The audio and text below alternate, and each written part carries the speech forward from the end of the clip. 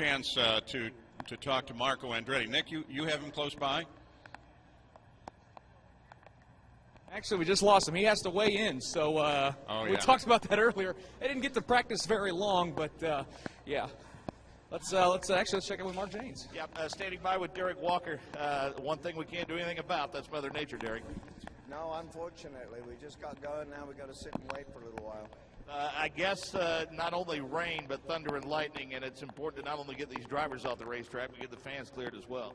Yeah, we need to get out of the way of that stuff, and there's plenty of room around here to shelter from. So we'll just sit and wait and see how it goes. Get ready to go as soon as it dries out.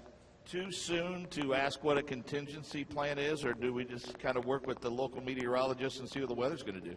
Well, as always, we're going to wait and see what the weather does. But if you look at the forecast, it looks like it's going to drive it into almost to Sunday. Yeah. So I hate to say that, but you know, we'll try to get the plans out there and let the fans know as soon as possible. Worst case scenario, we have to start on points. The novice might wonder, okay, if we're starting on points, who would officially be the pole sitter, Elio or Will, since we have a tie in the points?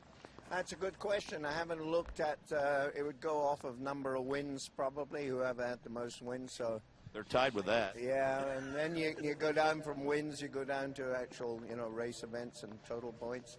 Yeah, or at the end of the day, we'll just toss for it. Let them fight it out. But no, I'm sure the rules have got provisions on how we go down the order and the one who gets picked up. Let's talk a little bit about that conversation you had with Will Power following the race in Pocono. Has Will now, after he saw the video, we saw that as well. What's Will's thoughts and impressions? Do drivers ever feel like the right call was made in that situation?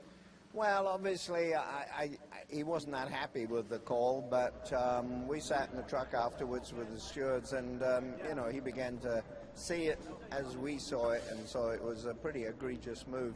And he's probably more disappointed than actually angry at us, but you just can't drive like that. There's a limit to how much real estate you can take up from a guy when you're racing him that close. And the good news is they're both competitive drivers, and the race was coming down the wire, and they're going for it. But there's a line where you can't cross, and Will just went a little bit too far there, so we reined him in. But he's fine. We've talked to him a couple of times since then. He's all calmed down. He's focused on his championship now. The 5 infractions, where is the line in terms of thinking about probation for a driver, or is it because most of the infractions involve just speeding on pit road? And I don't mean to minimize that as a rule, but by and large, that's what he's been penalized for this year. Yeah, he seems to have had his share of those kind of incidents. I mean, each incident is an incident by itself. It's judged independent of the other incidents. And, he gets a penalty, he serves it, and you're back down to 0 again, If he's given a warning and he's on probation on a particular incident, and he goes out and does something else while under that probation, then it ramps it up. But, it really depends on the penalty and what it's about. When you look at it and say, well, where do you get more, or do you just serve your penalty and you move on? Let's hope Mother Nature cooperates with us, because when we do race here, we put on a heck of a show. Yeah, the track is unique in the sense that it's tight, small enough to give you really close racing, and it's fast racing, and these cars get around there pretty damn quick. So it's a high-loaded track, and so you really got to have your car with you for the whole stint when you run on these tracks. But it makes for good racing. This track, Milwaukee, they're like little bull rings, They just bunch everybody up and everybody goes for it, and they're tough on the car. You've really got to have the right setup to stay with it. Thanks for your time. Thank you. That's Derrick Walker.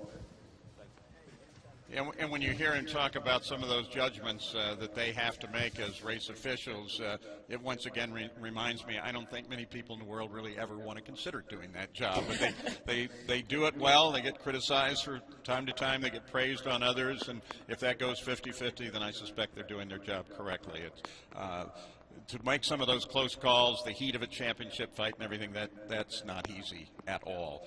So the rain is moving. In fact, it's moving in such a way that here at the track they've decided to put the weather radar up on the screens to let whoever may